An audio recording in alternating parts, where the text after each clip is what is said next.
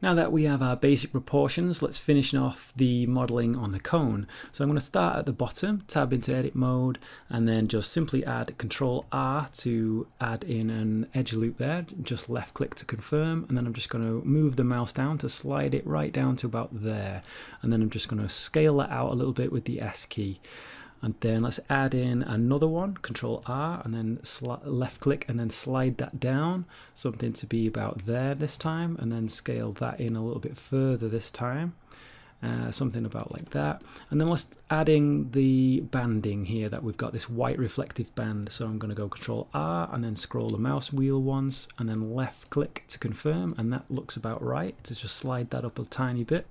So this bit at the top here, so let's go Control R, add in one to be about there, and then Control R to add another one in. But I'm going to scroll the mouse wheel, so we've got an additional segment, and then left click to confirm, and then scroll them down, slide them down slightly. And then what we can do is we can press S, and then I can hit Shift Z, and that means that it won't actually scale along the Z axis. So we can then scale it in a little bit like that, basically. So let's add an extra edge loop up here, Control R, and then bring that back out again with the S key.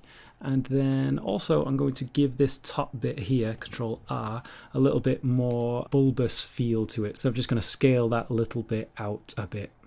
So let's take a look at that now. Around down here, we're going to have the belt area sort of gripping it. So I'm going to press Control R and then just drop in an edge loop about there, and then left click to confirm, and then hit Control B to just bevel that out. Now this is going to be our belt, which is attaching the camera to it basically. Next, what I'll do is just take a look at it in solid shading mode. So I'm going to press Z on the keyboard there. Let's press E again, and then press S, and then Shift Z to scale those out a little bit. Again, Shift Z is going to mean that it's going to scale on everything except the Z axis, and that seems to be about the right thickness, so something like that. And then what I'm going to do is I'm going to press Control Tab to switch to face select mode, select this face, and this can be kind of like a buckle. So I'm going to press E to extrude out a little bit, and notice it locks it on the normal automatically, which is exactly what we want in this case.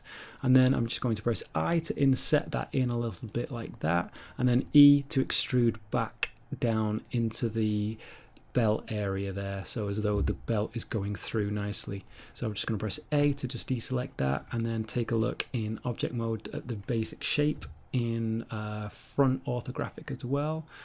I think the belt could look like it's kind of squeezing it a little bit more though, so let's just go Control Tab, select vertices, border select across them all, and then I'm just going to press S and then Shift Z and then just squeeze them in a little bit more like this.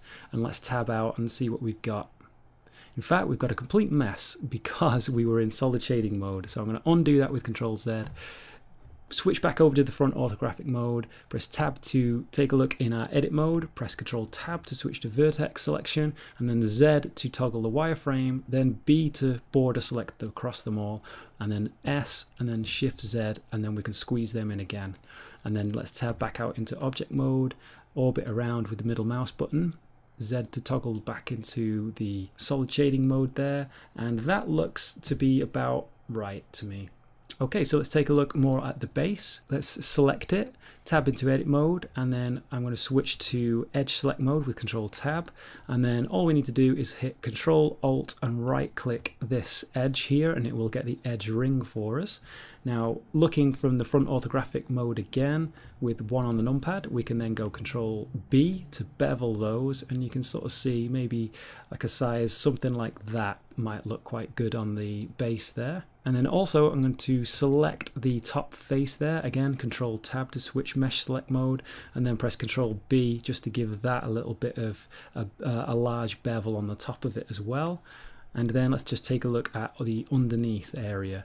So for this, we don't really have a decent reference for it, so I'm just going to make something up really. So press I to inset that in, just to give it some nice bit of thickness, and then E to extrude up. And so this is kind of intended to be kind of a hat, so I'm going to raise that up quite a bit so that we can get the character's head inside there a reasonable distance, but we don't want it to come up through the top there too much. So let's see where we're actually getting to.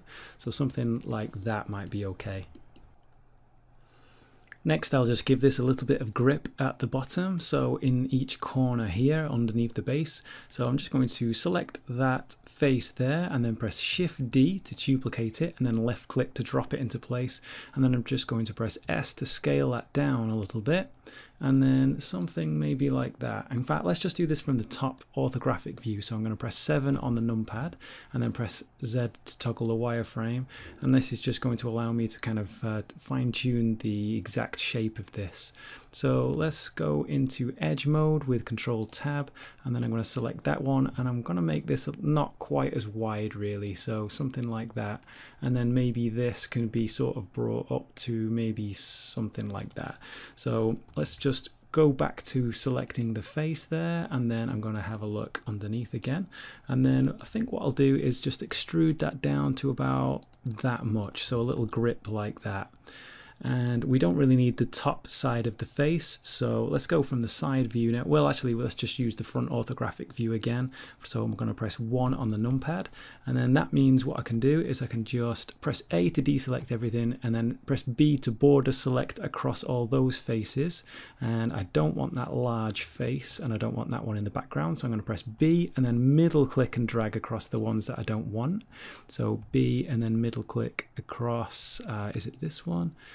No, the other one. So B and middle click across this face here, and that leaves us just with the face that I want to delete. So I'm going to press X and then delete that. So we want 3 more of these, so I'm going to press Control and plus on the numpad to be able to grow my selection, just one amount there, and that should cover all the faces. Another way of doing that, by the way, is just pressing Control L, and that will just select everything that is connected to that one face. And what I want to be able to do is duplicate that and then rotate that around to the other corners of the base. And so what I'm going to do now is change the pivot point to be the 3D cursor, and the 3D cursor is over here, which is not what I want. I want it to be at the center of the world, so I'm going to go Shift S and then put the cursor to the center, and that should put that right where we need it. So now I'm going to press Shift D to duplicate, and then going to press R to rotate around the Z axis, so pressing Z, and then I'm going to rotate it 90, and then you can see that that has placed it in the correct corner for us.